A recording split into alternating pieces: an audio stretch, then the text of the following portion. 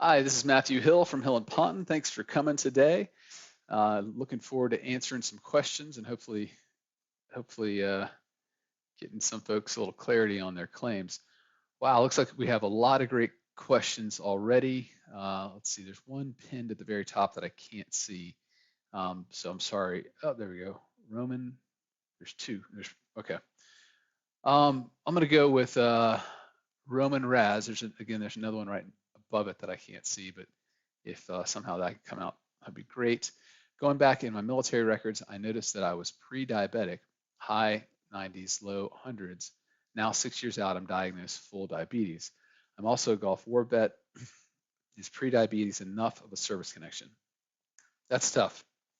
The VA is going to want to say they saw diabetes, they saw a specific diagnostic, um, diagnostic diagnosis in service to get you diabetes. That being said, it's definitely worth still pursuing, but you're going to need an outside doctor to talk about how pre-diabetes can lead to diabetes. And then also, as you said, being a Gulf War vet, any toxins to which you're exposed could have caused that diabetes or could have caused the pre-diabetes to evolve into diabetes. So the VA is going to deny you. No ifs, ands, or buts, unfortunately, from my experience. But you need to keep fighting. You need to get a doctor not only to talk about the pre-diabetes evolving, but also any other toxins that could have made that evolution happen as well. Um, let's see, John K. With the changes that came into effect February 7th, how adversely will vets be affected? Speaking with DAV, I was told this makes things harder, requiring surgery for disabilities to count. John, I got to tell you, I'm not quite sure what this is in reference to. If you could let me know by giving me more information on that, I would appreciate it, but I would gladly answer that if I can. Mr. Steele, how to apply for CHAMP VA? I would go to a VA hospital.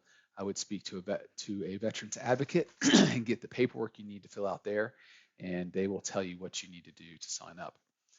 Barry Lynchfield, I'm having Hill and Ponton handle my appeal for VA denial for my TDIU.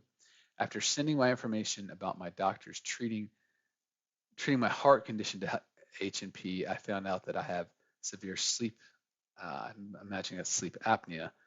Um, so Barry, if you again could come back and there we go. It's probably part of my heart disease. Should that be added to TDIU appeal or filed separately? That depends, and that would depend on your attorney. If I'm your attorney directly, I apologize because I didn't see that. Typically, my philosophy is to maximize veterans benefit as quickly as possible. So if I'm going for TDIU, and obviously that would get a veteran maximum benefits, it would get the veteran maximum health and dental, vision, and there's another claim out there that could be proven, I look to see could that get the veteran more benefits? And typically the answer is no. Typically, if there's another add-on disability, it doesn't necessarily get the veteran more benefits, but it does cause the claim to go on. Frankly, in my opinion, it causes more hassle for the veteran. And at the end of the day, there is literally no more benefits to be obtained. So I typically say, if I'm taking a case, and we have several attorneys, but when I look at a case to take, I say, what can I get the veteran at his max? In this case, it looks like TDIU is the max. And then I say, what is my fastest way there that the VA is going to grant it so this veteran goes on his way and we're not appealing for years. So that's what I would say.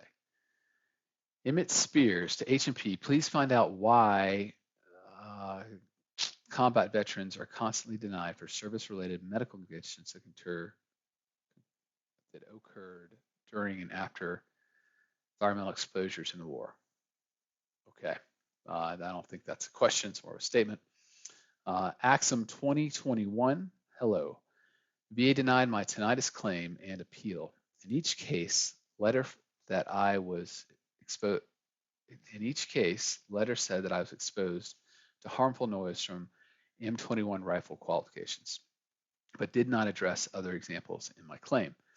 If there are other examples in terms of loud noises, being around jets, being around explosions, I would write that again and basically you just got to keep on pounding them with it, saying, look, this is what I exposed to. It was never addressed in the decision, therefore it's new and relevant evidence apparently to you, VA, and you want them to go ahead and just keep on pushing it. That might be a case you actually have to take to the Board of Veterans Appeals if they don't answer it at the regional office. Dave B. Found VA appeal ruling that have gone in favor of showing nexus of Agent Orange exposure and thyroid cancer, and a study that the VA HS prevalence of Agent Orange exposure among thyroid patients. David, we've used that as well, and we've had success winning those cases. Unfortunately, the way the VA works is that you still have to win those cases one by one. The VA has their presumptive disabilities like diabetes and heart disease and Parkinson's and sarcomas, prostate cancer, and then they have all these other disabilities, bladder cancer, kidney cancer, I believe, just became a presumptive disease. But all these diseases that the VA does not, thyroid cancer, the VA does not want to be service connected right away. They want the vet to have to fight for it, and they're going to fight tooth and nail. So the irony there is that the VA's own medical facility said, hey, this is related, or there's a lot of evidence showing these two are related. And the VA benefit side will say, oh, well, we're going to ignore that because we believe that we can. All right. Ooh.